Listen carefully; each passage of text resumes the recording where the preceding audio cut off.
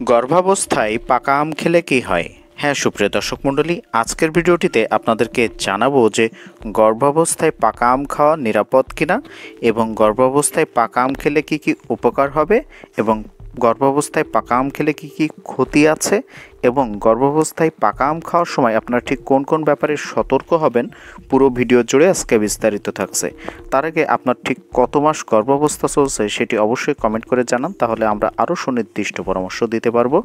তবে তার আগে সুপ্রিয় দর্শক মণ্ডলী, welcome to my channel digital health tips. স্বাস্থ্য বিষয়ক যে কোনো পরামর্শ পেতে চ্যানেলটি এখনই সাবস্ক্রাইব করুন। সুপ্রিয় দর্শক মণ্ডলী, প্রথমেই আসুন জানিয়ে দিই যে গর্ভাবস্থায় পাকা আম খাওয়া নিরাপদ কিনা। তার আগে অবশ্যই ভিডিওটিতে একটি লাইক দিয়ে আসুন। গর্ভাবস্থায় পাকা আম খাওয়া সাধারণভাবে নিরাপদ এবং উপকারী, তবে এটি খাওয়ার সময় আপনাদের বেশ কিছু সতর্কতা অবলম্বন করতে হবে, সেটি ভিডিওর শেষের দিকে জানাচ্ছি।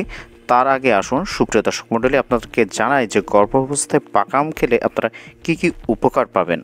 গর্ভাবস্থায় পাকা আম খাওয়া একেবারেই এড়িয়ে যাওয়া যাবে না, কারণ এতে খুব গুরুত্বপূর্ণ উপকারিতা রয়েছে। তার আগে আপনি ঠিক কয়টি আম খান গর্ভাবস্থায় সেটি অবশ্যই আমাদের কমেন্ট করে জানান। প্রথমেই যে উপকারটি হয় সেটি হচ্ছে গর্ভাবস্থায় পাকা আম খেলে ইমিউনিটি সিস্টেম বৃদ্ধি হয়, কারণ উচ্চ ভিটামিন সি এর একটি ভালো উৎস হচ্ছে এই পাকা আম। আয়রন শোষণে সহায়তা করে, যেটি গর্ভাবস্থায় রক্তশূন্যতা পূরণ করতে সাহায্য করে। এছাড়া পাকা আমে রয়েছে ফোলেট বা ফলিক অ্যাসিড, যেটি গর্ভস্থ ভ্রূণের যে মস্তিষ্ক এবং স্নায়ুতন্ত্রের বিকাশে সাহায্য করে। এছাড়া নিউরাল টিউব ডিফেক্ট প্রতিরোধ করে থাকে।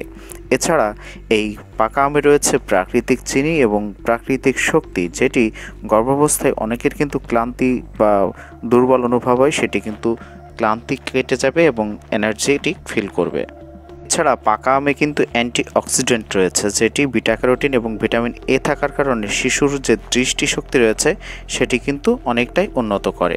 এছাড়া গর্ভাবস্থায় যদি পাকা আম খাওয়া যায় তাহলে মা এবং শিশুর কিন্তু হাড় শক্ত করে, কারণ এই পাকা আমে রয়েছে ভিটামিন কে এবং ক্যালসিয়াম, যেটি শিশুর হাড়ের গঠন মজবুত করতে সাহায্য করে।